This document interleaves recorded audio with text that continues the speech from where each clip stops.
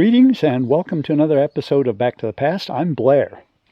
I'm going to start out this episode saying that I haven't done very many episodes here recently and probably won't be doing a lot in the near future anyway.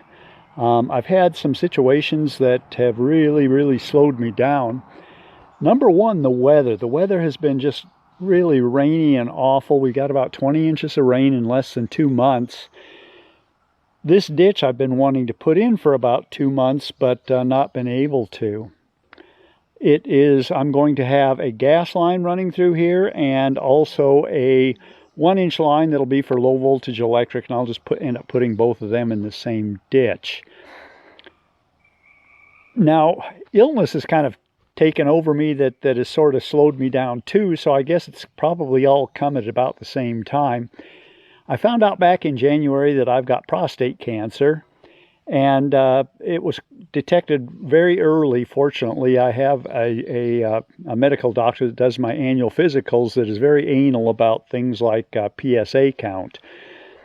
Well, it ends up that I went in and saw a urologist back in January, confirmed that I do have prostate cancer and not spread very far at that point. I went in for an MRI about a week ago, and it has started spreading, but it's still within the prostate. So the attitude of him back then was let's just wait and see what happens, which didn't sound like a good idea to me with cancer. So I went in for my annual physical last week, talked to my doctor, and he said, no, I'm referring you to someone else. This needs to be taken care of as soon as possible. Your PSA count has really gone up in the past year, and particularly in the past 6 months. So I want all my treatment to be done back in Colorado. Since I've started all the testing and such back there, I don't want to change venues. So I'm going to be traveling an awful lot between here and Colorado.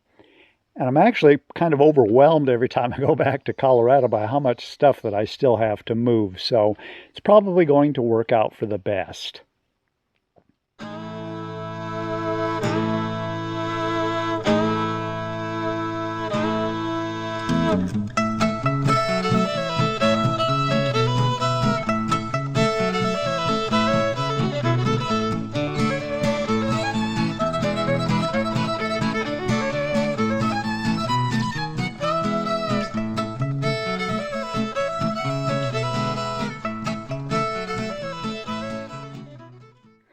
All right, enough of that. Back to the project that I'm working on. My son came over and helped me get an instant water heater set in place and all hooked up and tested and such. And what I did is I've been just dying for an everlasting hot shower for a long time here, and I finally got it. But right now it's just using a 100-pound propane bottle that you might be able to see on the right-hand side of your screen there. That has actually worked out quite well so far, but I know propane is a lot cheaper when I'm buying it in much larger quantities. So what I'm going to do is to run a propane line. It'll be on your left, the electrical line on your right, through the same ditch back about 100 feet behind me, and that's where the 500-gallon propane tank will end up sitting. There is a 500-gallon propane tank owned by the previous owner. It's kind of rusty. It isn't dented. It's actually got just a tiny bit of pressure in it. When I've tried to open it, I can smell propane, but there's not a great deal of pressure. I thought, is this machine big enough to be able to lift it? And I ended up moving it about 50 feet from where it was to an area that's a little more accessible to me. And what I'll do there is to go ahead and either sandblast or at least sand down anything that's loose on it, repaint it, and then move it to the new area. When I say repaint it, I'm going to repaint it probably a tan in color, and then my youngest daughter is turning into quite the artist, and she wants to paint a whole bunch of scenes on it and different things. So we'll see how that turns out, but it would be really nice, or it will be really nice, to have her participating in this too. I have about 3 days before I have to go back to Colorado for my next trip. So I'm hoping to be able to get this in, both lines in, tested and backfilled before I leave. and at least get backfilled up against the house here to where if we get a bunch of rain, that it's not getting into my basement. So far it hasn't, because I did run a French drain all the way around things, and that French drain will end up running quite a bit of water when it's wet and extremely rainy. This last week really dodged a bullet. In fact, a couple days ago we were supposed to get 2 to 4 inches of rain, which would have shut this project down for at least another 2 or 3 weeks, maybe a month. And that turned out being only about a ½ an inch. So right now digging conditions are pretty good. I will go ahead and I'll go ahead and set things into a fast motion, and you can watch me dig for a little while until I get to putting in the lines.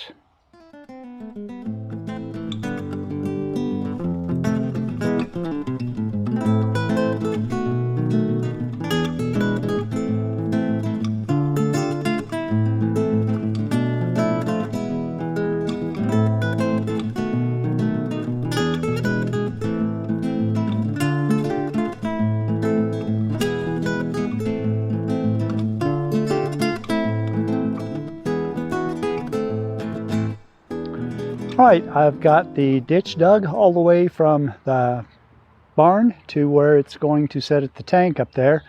The one thing that I want to be able to do is keep everything clean and dry as I'm putting it together. So what I'm going to do, I'm going to assemble the conduit that's in 10-foot lengths up here on top, and then just all roll it into place at one time. And then go through and get everything placed, maybe a couple shovels full of dirt here and there to keep it in place. I'll put some tape over a location tape over the top of the gas line. And then I think I will partially backfill. I won't be able to backfill up against the house directly at that gas line, because I'm going to need a little bit of working room to be able to make that connection into the secondary regulator.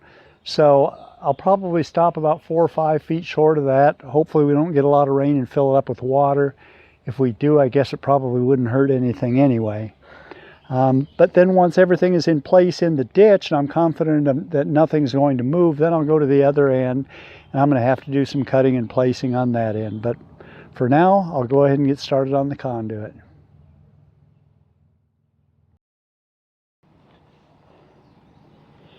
Okay, I've got the lines laid in place now. I've got the ends secured up against the barn where they need to be able to make the final hookups. I put the gas marking tape over the top of the gas line.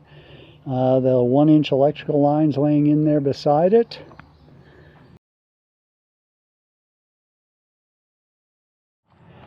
All right, so I've got the line laid pretty much to the end. I'll have to cut both of those pipe off, shorten them just a little bit, and then you can see where my daughter and I put in that stone wall. That's where the propane tank will end up sitting. And then that electrical line, it'll just be turned up for now, and at some point in the future go all the rest of the way to the cabin, another 120 feet or so, I suppose. Okay, I'm starting to run a little low on daylight. I'll go ahead and finish bedding this, and then I'll see how much backfill I can get in yet today. The weather forecast is for a dry overnight, which would be really nice, but they've been wrong so much lately that God only knows. But I don't want to take the chance of floating any of this pipe, so I want to get all of it backfilled that I possibly can, and then I'll work on that far end tomorrow and finish on backfilling. See you tomorrow.